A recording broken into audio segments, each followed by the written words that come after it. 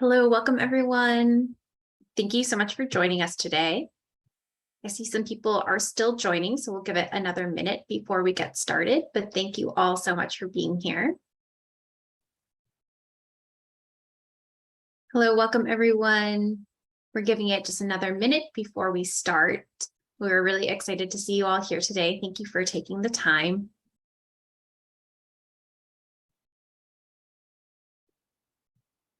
Hello, welcome everyone. We're giving everyone just another minute to get in and get settled.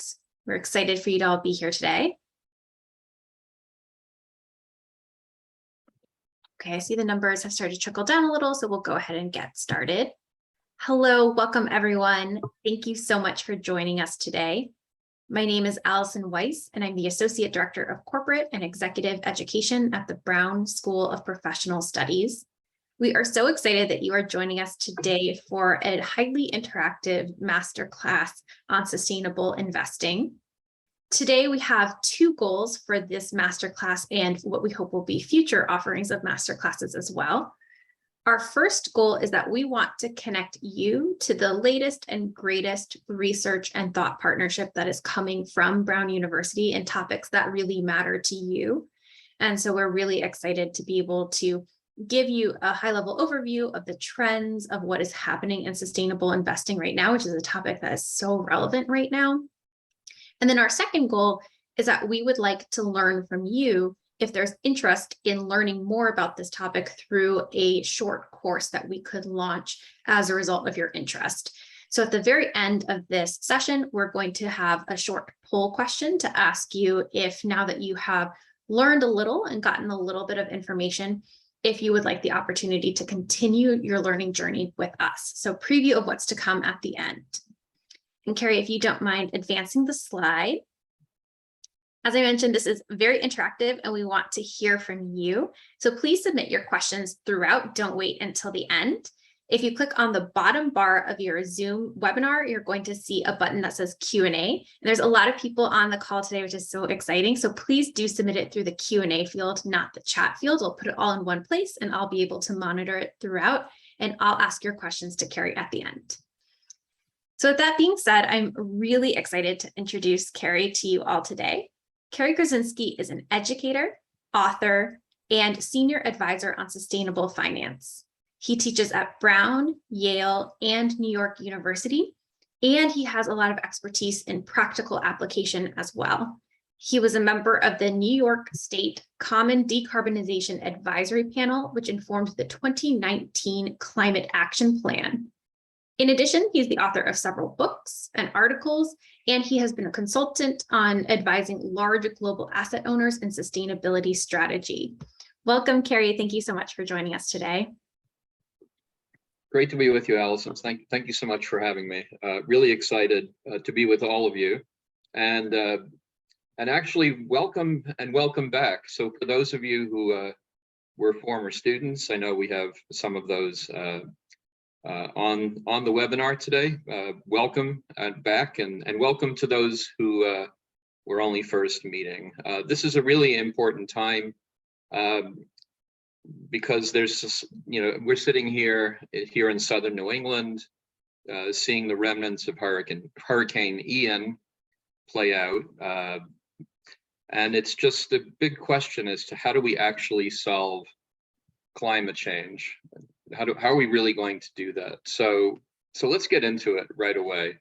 And also do use the chat to talk to each other for those of you on the Zoom today, but let's get right into it because this is a really important time. It's a pressing subject. We have election cycles coming up. We have the annual meetings on climate coming up in Egypt, and the state of sustainable finance is super important. We've been teaching at Brown since 2016. Our popular class, The Theory and Practice of Sustainable Investing, that some of you would have taken. But where are we today? We see concerns. There are calls about greenwashing. DWS, the former Deutsche Bank, has been finger pointed by their former head of sustainability. And actually, it caused the head of the organization to have to resign not long ago. There are concerns about how do we scale solutions? There's this great research going on trying to figure out how to use investment to solve challenges. And so, where is that funding going to actually come from is a question. Where is the funding going to come from? Where is the money going to come from? Big questions. And this is necessary. It's not just the rise in extreme weather. We need many trillions more dollars to go into sustainable finance over the next 20 years for us to have any chance of solving climate change before we have a series of global calamities. But there's pushback, and for some reason, people are using the phrase ESG investing and are pushing back on the entirety of issues, whether it comes to diversity or pollution, or how people are treated in supply chains, or how companies are governed. Why would you invest and not care about how your money is governed? How do you know whether to trust your investment if you're not looking at governance? Regardless, we've seen pushback from states like Florida and Texas telling BlackRock and others, we're not going to do business with you. Politically motivated, and also an 80-20 rule is kind of going on here, where 80% of the money managed in the US are in so-called blue states, and it's sort of a much smaller component. And there's always a demographic when it comes to sustainable finance, those who will participate, those who would push back. But the action is rising, and we expect $53 trillion to be dedicated to sustainable finance in a few years per Bloomberg New Energy Finance. So there's a lot happening. But what do we really do now? So let's go over that. Where are we? What do we need to do? What do we need to prioritize? How do we sort through all the noise? So we're gonna do what we call go over 3, 5, 7, and 10, just to kind of give you a summary of what we think is necessary, the sort of things that we dive deeper into in our classes. So let's get to the 10 first. The top 10 misunderstandings that we see when it comes to environmental, social, and corporate governance issues, or what's normally called ESG. The first thing to say is that, for some reason, this phrase ESG investing has come to the fore in the last year. We were teaching our class at Brown last fall, and people were not calling the field ESG investing. For some reason here in 2022, suddenly ESG investing is a phrase as if it's one thing. It's not. ESG are issues. There's a set of specific issues, not a single thing. So number one, let's stop treating ESG as if it's a single thing.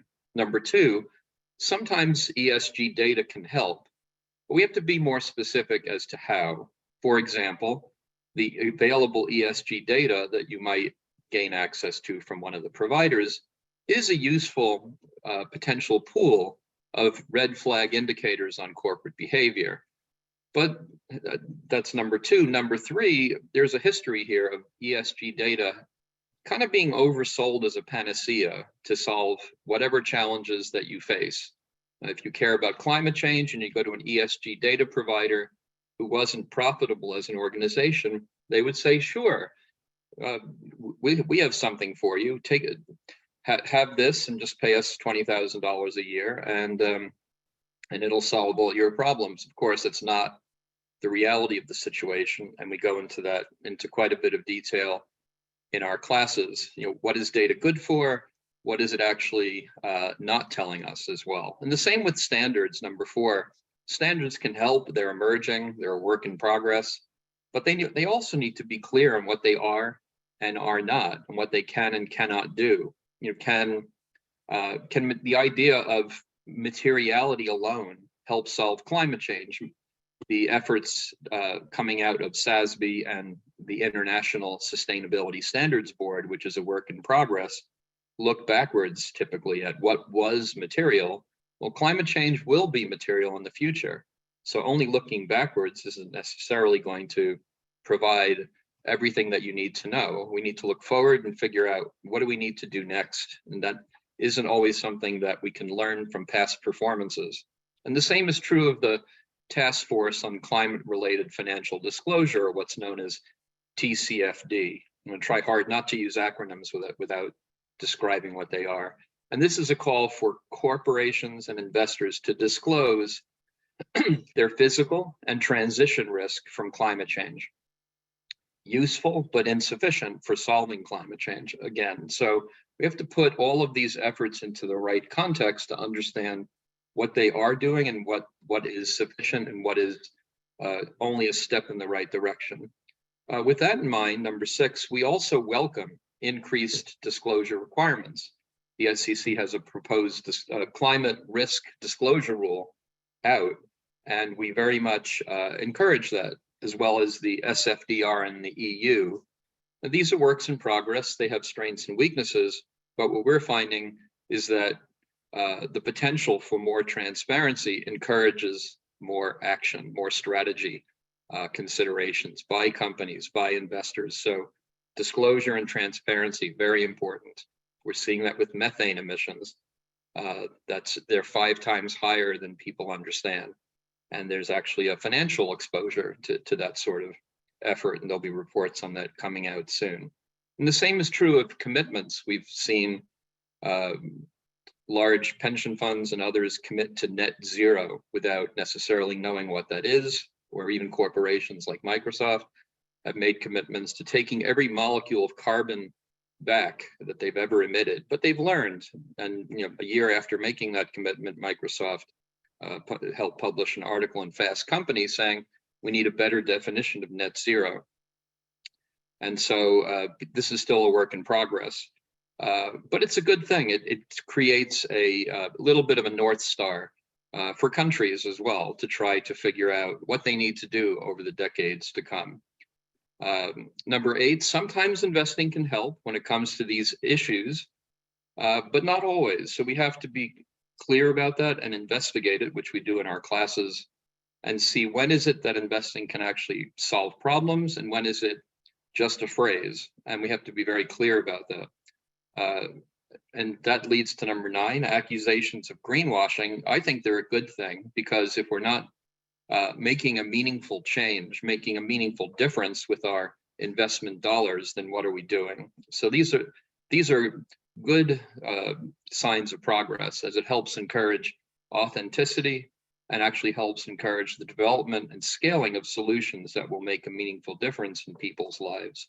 And then last but not least, there are ways and methods in which sustainable investing is effective and transformational, but we need to be more honest about what's working and focus on scaling what's working so that it's not just $1 trillion out of the $500 trillion of financial value in global markets. A little bit further to point number 1, that ESG is not one thing. As we talk about in our classes, we like to expand out the acronym of ESG to include F, or the business case, financial. There's no way to scale solutions unless they're financially viable, so we look at that quite a bit. And also Q is quality of management. The best fund managers get to know the companies they're thinking about investing in or lending to, separated from the more traditional measures of corporate governance that you're seeing on the right. So again, as you can see, whether it's the quality of air in the developing world, where cities are often dealing with pollution, or biodiversity impacts, which are becoming more and more important, or the complexity of supply chain, and the fact that 2/3 of the global footprint is in the hands of people and supply chains when it comes to carbon footprinting. These are all complex issues that require deeper dives, and treating them individually as issues and seeing again whether investing can help or whether the solution can come in other forms and channels. But treating ESG as one thing, as you can see from this infographic, isn't really the right approach. These are a series of something of a 5x2, really: ESGFQ, risks, and opportunities, all of which need careful consideration, which we dive into when we have more time. These things are increasingly important for public companies as well. This is a sort of a well-traveled perspective of the rise of intangible value when it comes to the S&P 500, the largest 500 companies, more or less in the U.S.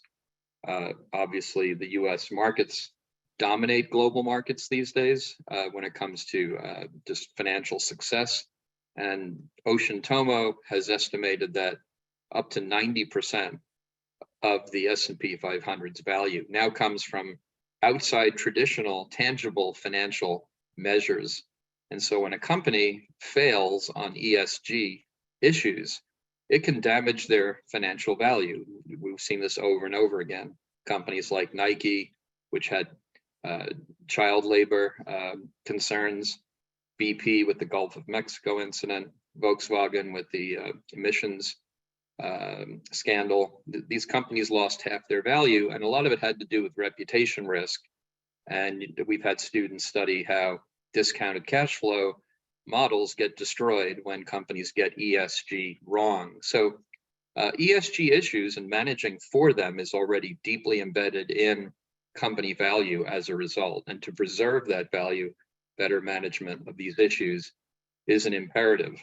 Regardless of that, what we see is that the ESG data is all over the place. There's actually a unit at MIT that's been formed in recent years called aggregate confusion as a result of the fact that as you look across the ESG data providers, there's not a lot of correlation between their findings. So the top level ESG ratings, when you treat ESG as one thing, this is a scatter plot produced a few years ago by the largest investor in the world, the Japanese government pension fund, looking at the largest Japanese companies evaluated by FTSE, now the London Stock Exchange Group, and MSCI, two of the largest providers of ESG data and low carbon funds.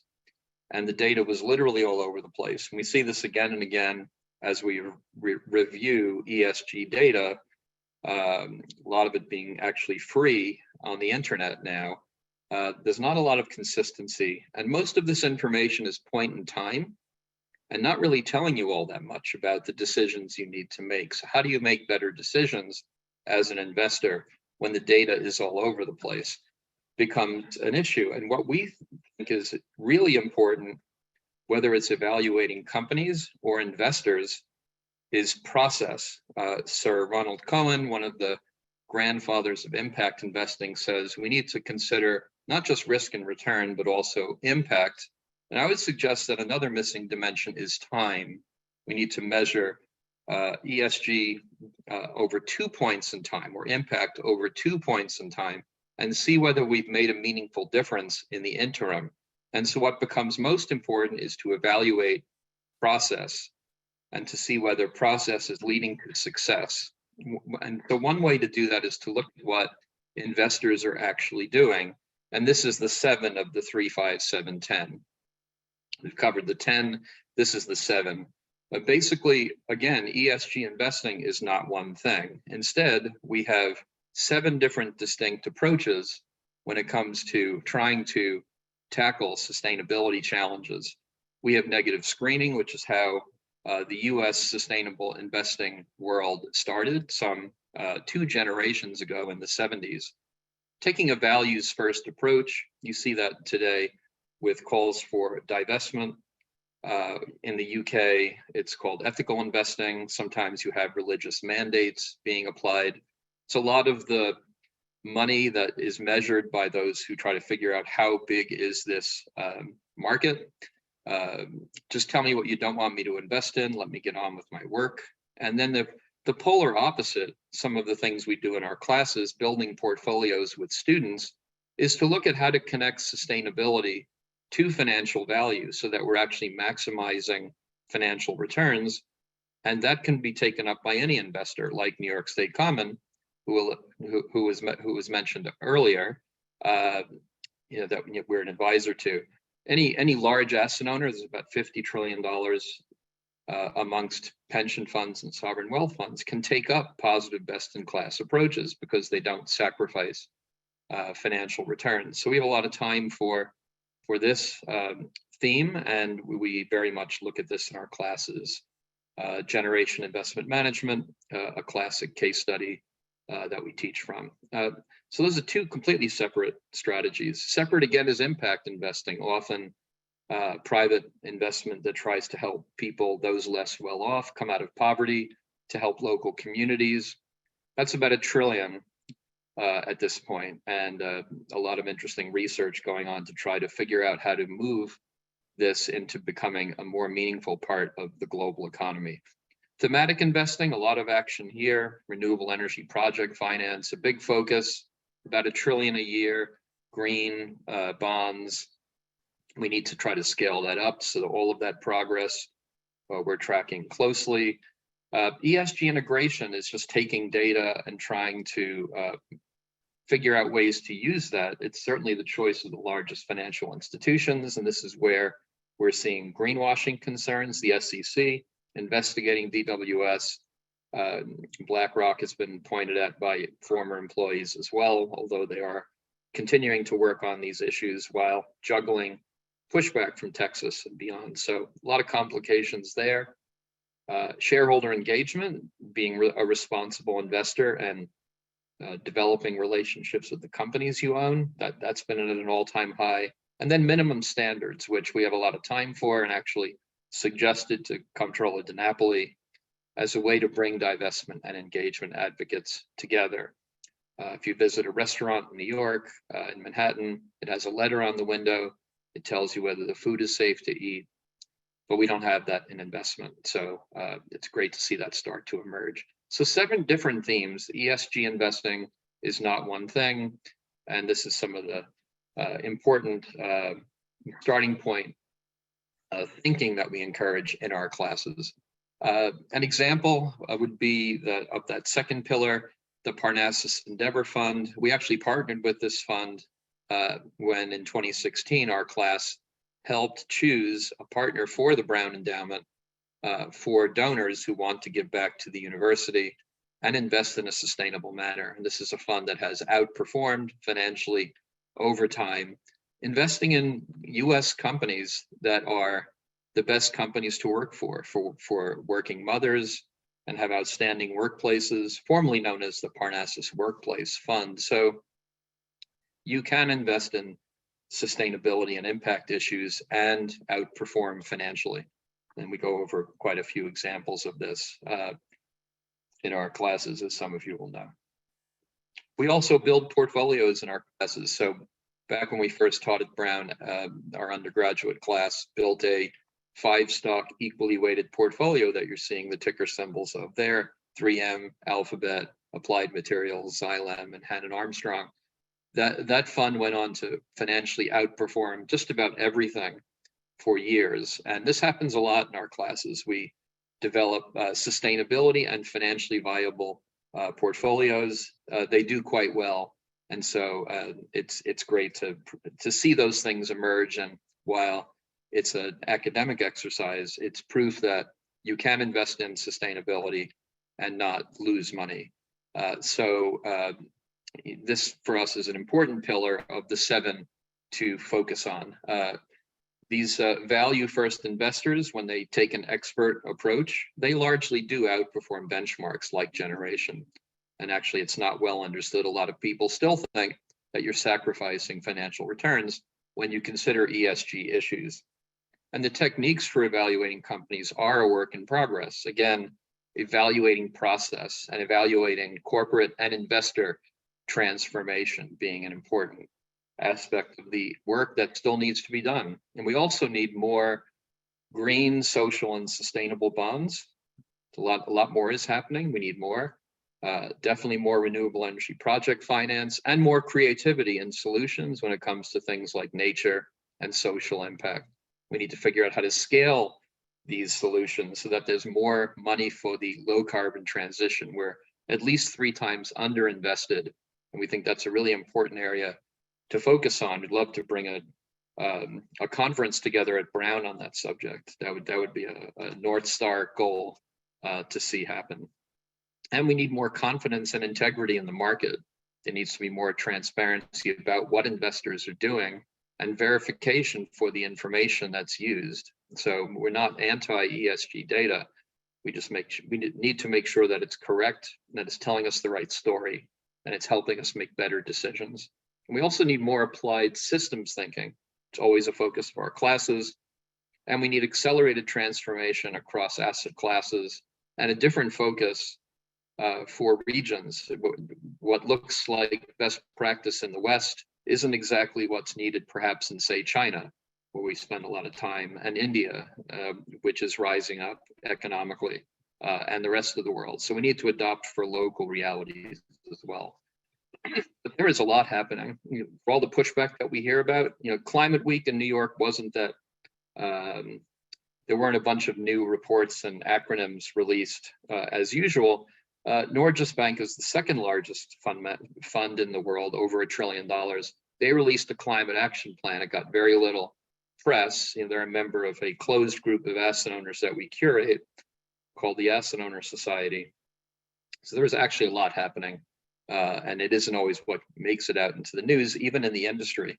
And we definitely need more goals and targets combined with actions and policies. More is happening in China than meets the eye, a country that's had all sorts of challenges that it continues to face, but can see the imperative to act given record heat waves, even as we speak, droughts, let alone obviously the other challenges that they face. So it's really important we're not going to make progress if we only look at the West. We have to look at Asia, which is half of the world's economy. And we have to understand better the impact metrics that matter, the sort of work that we've done with the Global Impact Investing Network. Example of impact investing would be the California Freshworks Fund, which is trying to solve for food deserts in inner cities. And you can see the sort of investors and geographies and social impact objectives that funds like this are trying to solve for. So you can see this is a very different approach from, say, investing in large public companies.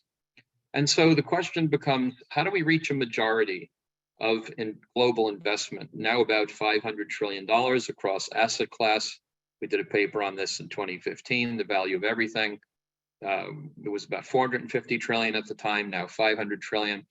What we need to get to is a majority of investment that considers sustainability and impact as primary. That way, markets need winners and losers, so not everyone needs to be on board, that's fine. But if we have a majority, then we can really make progress and have impact where it needs to occur, not only on environmental issues, but social issues as well. And that takes us to the 5 of 3, 5, 7, 10. We see 5 pillars of focus. And yeah, if you guys at SPS could check me for time, if I'm running long, let me know. But I really think we need to have 5 parallel focuses with equal intensity. And if we pushed on all 5 of these pillars, we'd really make progress when it comes to these issues of importance of our time. We need a majority of investment considering sustainability or impact as primary, as mentioned just now. And that requires a closer look at investment processes that can be effective.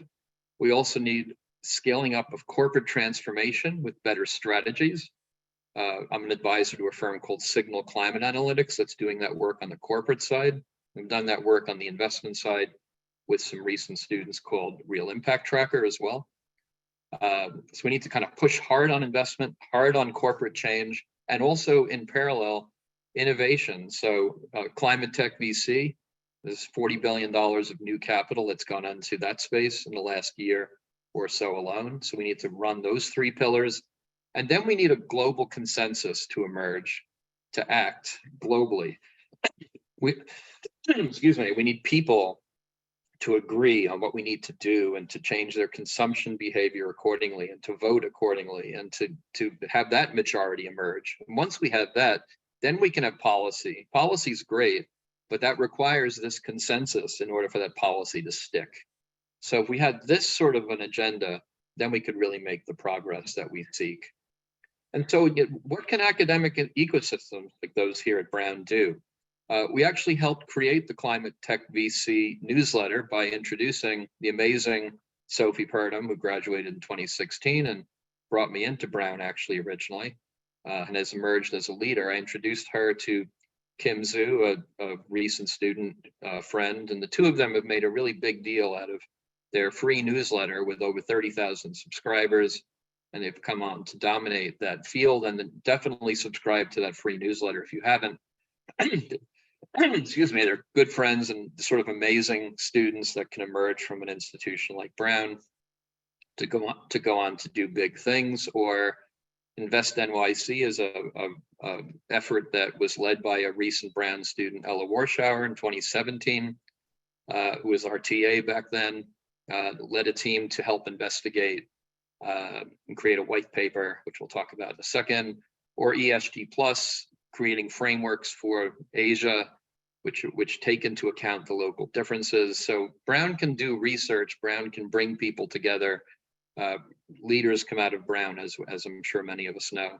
And we can also develop communities of practice and programs like we hope to launch here at Brown. More networking opportunities, access to senior speakers who we bring into our classes, and the large asset owners that we interface with, bringing in cutting edge technology and thinking, creating collaborative environments for bringing corporations and investors together to solve these problems together.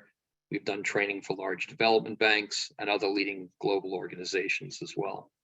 Another example of an opportunity, Sabrina Chen was an undergrad student as a freshman in our 2018 class. We were able to bring her to Shenzhen in China for our Future of Sustainable Finance event that we hosted at Peking University. And she talked about, on the ground in China, her work on diversity and inclusion, and how you have to really do a deeper dive on companies to see whether they are diverse. And what she found was that there was no premium, but there was also no penalty. So her point was, why wouldn't we want that? So we're very much encouraging student research. Climate Tech VC, as mentioned, is tracking all of the venture-backed climate tech companies. This is the number of deals by sector that are emerging. And then you can see that there's a pretty wide landscape of emerging technologies. But if you flip the picture, you can see a lot of the money being invested going into only a few of these pillars, a lot of money going into transportation, not as much into these other sectors on the right. So definitely check out the amazing work of Sophie, Kim, and they've actually hired a bunch of our students as well to help that success. And I mentioned Invest NYC. The idea here was to look at a city like New York and how do we solve the SDGs, the 17 major goals of our time across environmental and social issues with finance. And we found 6 of the SDGs that actually could be solved with case studies of finance. Again, this was a team of students that was put together, some of whom might even be on this webinar. And we found these were in 3 categories. Those that were ready to go just needed scaling, like affordable housing and renewable energy. Those that were starting to emerge, but needed more focus, like food, health, and waste, and those that were challenged for cities, and in particular, their resilience and also their mobility. So how are you going to put charging stations everywhere in a city like New York, and how are you going to prevent the sea level rise from happening? How can we come up with holistic opportunities to solve for resilience? Again, a focus of our research going forward. And so, yeah, other examples of opportunities for students, I mentioned the Signal Climate Analytics and Real Impact Tracker. Both have involved tracking transformation, not just point in time ESG, has come out of leading thinking and has actually brought some of our students into that work. So there's always opportunities to involve our students in projects. The GIN, we did the clean energy theme for them last year, brought some students into that project as well, building out research for investors to help them make better decisions, establishing better frameworks, such as that ESG Plus effort that I mentioned. And there are opportunities for jobs out of these programs, jobs at financial institutions, corporations on the sustainability side, and other networking opportunities.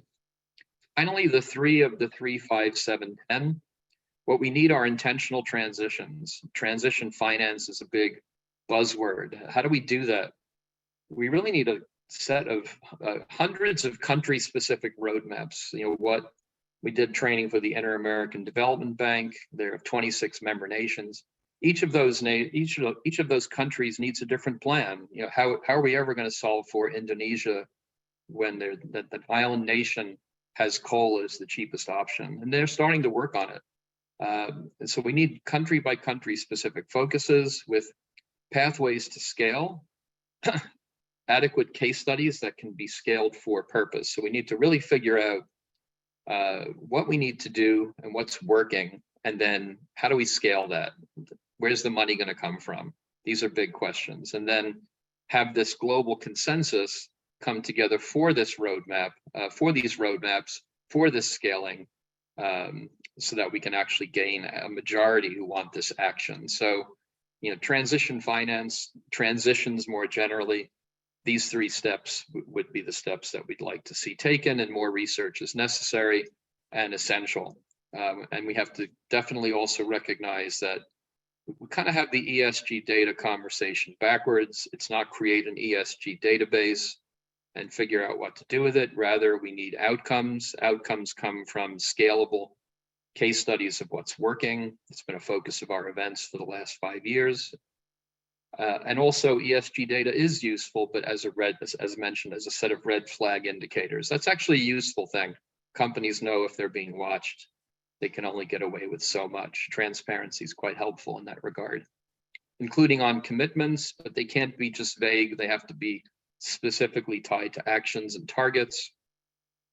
We have to be careful that standards and more data is not going to be the only answer to the challenges we face. We need transformation and not get trapped by materiality, what was material, and track the real transition across those 5 main pillars of focus. So finally, when we think about transitions, maybe this is a discussion point for the Q&A. With all of this in mind, is it okay to have a primary, if not sole focus, last year at COP26 in Glasgow, and this year coming up in Egypt, only on voluntary country commitments? What about corporations? What about investors? Can we not get to a situation where we're not relying only on countries? I certainly do welcome policy and country level commitments, but as we've seen, this has been insufficient, right? So more is needed. We definitely need to accelerate corporate and investment strategy implementation, combine that with as much innovation as possible while building this global consensus. That way policy can stick. This seems to be a better way to go about the challenges that we face. And we're hoping to build collaborations between corporations and investors in our programs. Hence why we're together and what we're hoping to build out programs here at Brown. And it's fantastic to be with you. So with that, thank you, and let's stay connected. And I look forward to the questions that might emerge from those who are participating. Thank you for joining us.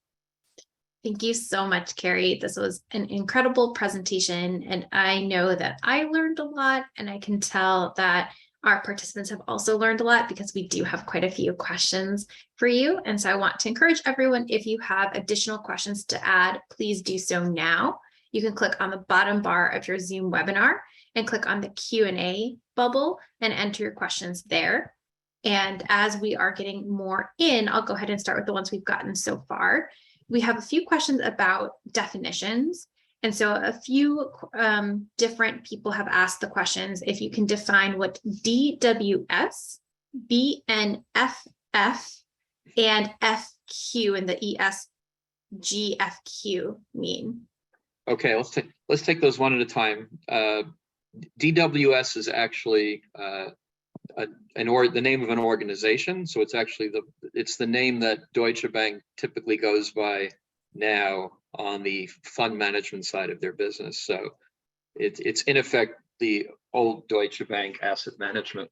And Desiree Fixler is the person who headed up sustainability, who did some whistleblowing and got fired, and then the head of DWS eventually had to resign because of the scandal that came out of the so-called greenwashing that she was calling for. So it is important to, it's increasingly important for financial institutions to dive into the complexities of how to do this well, there was an email this morning from Northern Trust that basically said, we need to do more, but we also need to not just do ESG with a sort of overly simplified approach. So that's DWS. I think BNEF was the second one. That's Bloomberg New Energy Finance. They were the source of the estimation that sustainable finance was expected to get to $53 trillion by 2025 across the 7 tribes of sustainable finance. And then I think ESGFQ was the third. Mhm. So yeah, basically ESG is the standard acronym for the issues, the risks and opportunities, environmental, social, governance. We like to expand that out to include F and Q. F is financial and Q is quality of management. So we split governance out into technical measures like who's on a board, how are C-suites compensated and that sort of thing, as opposed to, do I trust management? Do I like the plan they have? Do I like the people? Do they have the right culture in the organization? Hence, you end up with ESGFQ, 5 different areas to consider from a risk and an opportunity perspective. Thank you. This next one, I'll ask this one question now, and then I'm going to pause and do the polls really quickly to get all of your input as well, and then we'll come back and there are more questions. But this question is, if transparency means that companies might get caught or called out, like the greenwashing that you mentioned, why would they do it? And how can we make companies disclose information?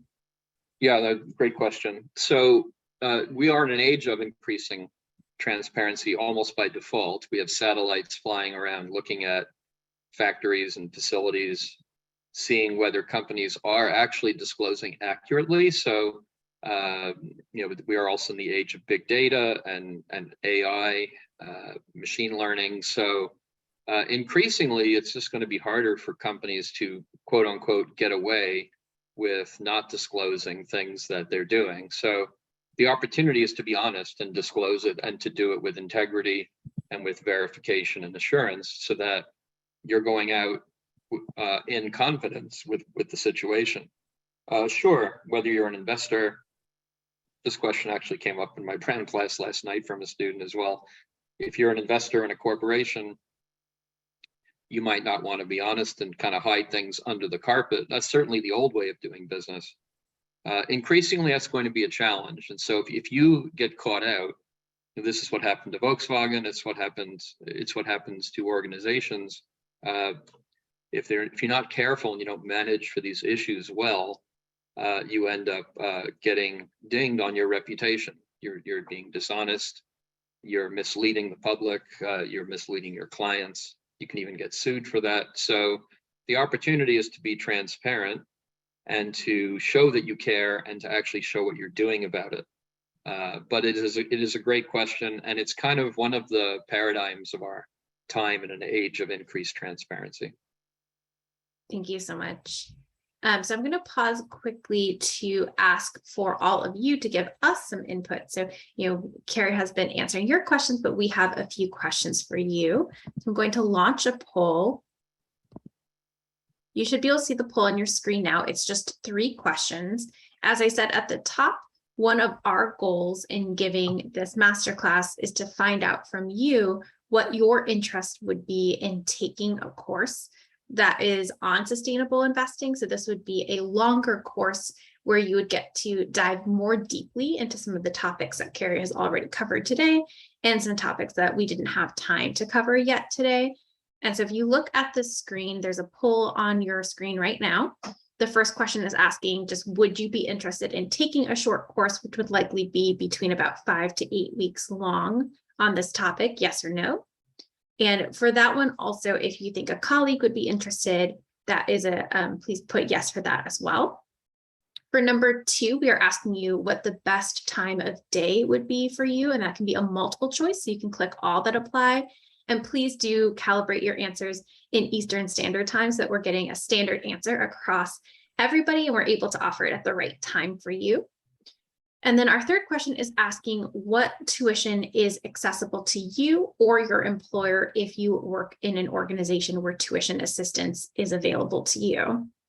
So I'll go ahead and leave this. I see a couple people are still answering. I'll go ahead and leave this open for just another couple of seconds. So please get your answers in as quickly as possible. We really, really value your answers, and they'll help us to shape the future of the School of Professional Studies portfolio. And we would love to offer you the content that you would like to take in the format and at the price point that's accessible to you.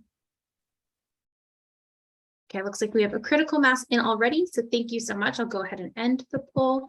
I appreciate all of your answers. And with our remaining time, I'll go back to the Q&A and we'll get a couple more questions in. One question that was asked is, why do sustainable investments outperform others? Is it purely eliminating the ESG downside risk, or is there an increased return? Yeah, great question. Thank you.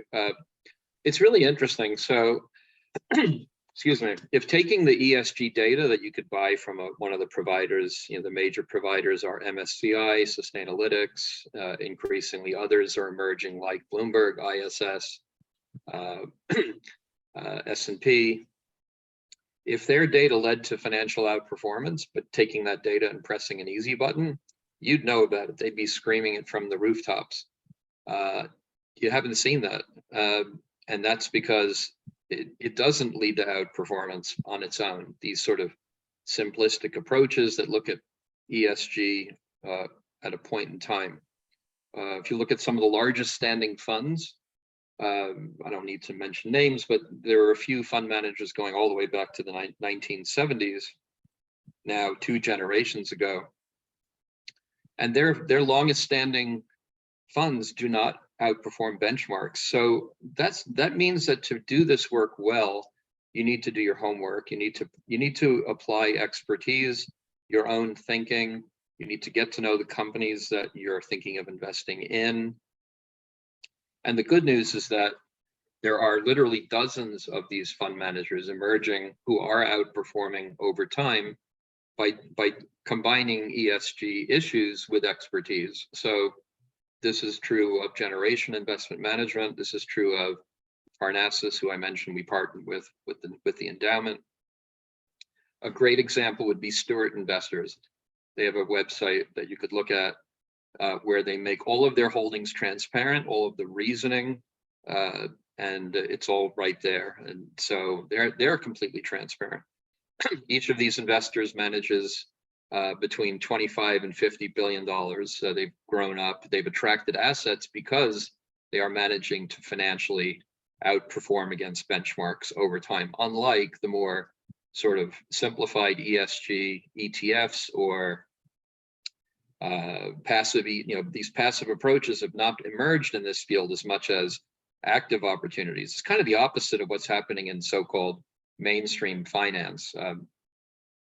We're seeing this globally. Mirova in France, where we're an advisor, Robeco in Europe, where we're also an advisor, Brown Advisory.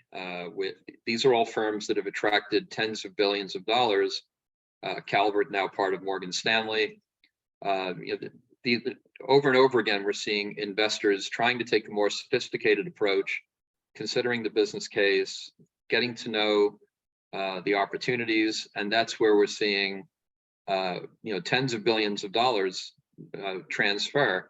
And if the more we scale that particular category of strategy, the more asset owners can see that they're not sacrificing financial returns, the more likely we are to have momentum and more impact. So it's great to see. There are also great examples of impact investors able to do this work and able to demonstrate the impact that they have by taking these approaches without sacrificing financial returns. There are some complexities, and that's where you start to require things like blended finance. But the case studies of investment success are only on the rise. Thank you. We have 2 questions about global that I'm going to combine into one. The first question is, can you speak on the idea of global regulatory authorities on ESG issues on the topic of climate change? Is the establishment of these authorities required for a global effort, and what would that take? And then the other question is asking about China and India specifically, because you had mentioned that they probably need to make more commitments. And that question is asking what type of commitments and how. Yeah, no, thanks for that. Yeah, there's kind of three things there, I think. It's interesting, like the policy that has emerged in the US, the so-called Inflation Reduction Act, interestingly named. Not sure it was really an Inflation Reduction Act, but it was great to see climate policy finally emerge in the US. And it can only stay in place if we have a government that supports it. It would be overturned if not. So kind of tenuous nature of relying on policy evident by waiting for election cycles. However, it is an example of how a more positive approach that we've been talking about can actually emerge on the policy side as well. Instead of focusing on penal actions like putting a price on carbon, which you don't hear about much in the US anymore, actually accelerating solutions becomes something that more and more people can agree upon at the political level. So I think you'll have less pushback on the positive side. So hopefully on a global basis, positive approaches can continue to emerge on the policy side as well, not just on the investment side. Global efforts on data, those are underway. As mentioned, there's the International Sustainability Standards Board, which is trying to create more unified information. What we find is that you take a country like China, which was mentioned, or India, it's different. The government is a major player in China in every company. It's almost like a large private equity fund like Blackstone. The government's going to be a strategic owner of every business. So what they do or don't do is going to be the most important aspect. And it's important as an investor to kind of figure out what the real levers are of change, not just in the West. So more data would be better. And there are global efforts to bring that together. The World Economic Forum convened large accounting firms to try to create a pool of common metrics that could be tracked. And so there's more cohesiveness and consistency in efforts to figure out data and standards. However, given that about 2/3 of the global footprint is in supply chains and in the hands of consumers, more work is going to be needed to bring transparency to the entirety of the global footprint for that reason. So Scope 3, big complication. Will the SEC require disclosure on that or not? Will go a long way to help determine whether we have a chance of getting the information that we need. And then China and India are each going to require their own efforts and focuses, and that's also true of countries throughout Asia, Indonesia, Malaysia, Singapore. Much like Africa is not one continent, each country has its own reality, same in the Americas. Yeah, so it's important not to generalize about a continent. And India, the economy is rising up, which is great to see. We teach from case studies and we have a growing network there. Prime Minister Modi showed up at Glasgow, the last COP, and said, we figured out what we need to do to transform. It's just going to take $1 trillion a year. So if we had that money, we'd be all set. Thank you very much. And BlackRock showed up and said, we can finance all this stuff. We know how to do that. We just need the money. So we keep coming back to, where is this money going to come from? It's not just sitting around waiting to be invested. I think we're going to have to get creative on these country-specific roadmaps and figure out where that money will come from on a global basis. It's the sort of thing that probably will require a major convening, a Bretton Woods, a Manhattan Project, a coming together, a bottom-up coalition of the willing who understands what it is that we need to do, rolls up their sleeves and tries to start figuring it out, getting beyond the sort of nationalism of our time. China is willing to do more. It's had a horrible year of droughts and heat waves and already has a dual carbon paradigm, and India has 2070 carbon neutral goals. So these are countries that understand the importance of transformation. They just can't necessarily, from an economic standpoint, move as fast as everyone would like. So we need to work on these things together, and that's the only way we're going to make progress. Sharing innovation We didn't do that with vaccines. Can we learn from that and share innovations when it comes to climate progress? Thank you. And we're unfortunately getting pretty low on time. So I am going to ask just one more question, which we got a question that said, can you give us some good public resources to convince investors that sustainable investing does not require sacrificing financial returns? Yeah, that's a great question. Probably scope for a new paper almost, because there is literature out there on how sustainable investing performs. It tends not to look at the 7 tribes of sustainable investing individually. We actually did a paper with Brown students going back 5 years in the BEO program. It never got published. We actually looked at the entirety of the public sustainable investment funds in the US, and there were some findings of this nature. Sounds like grounds for a new paper, so feel free to be in touch, whoever asked that question. Feels like we need a cheat sheet on that. Yeah, I would love to have one for sure.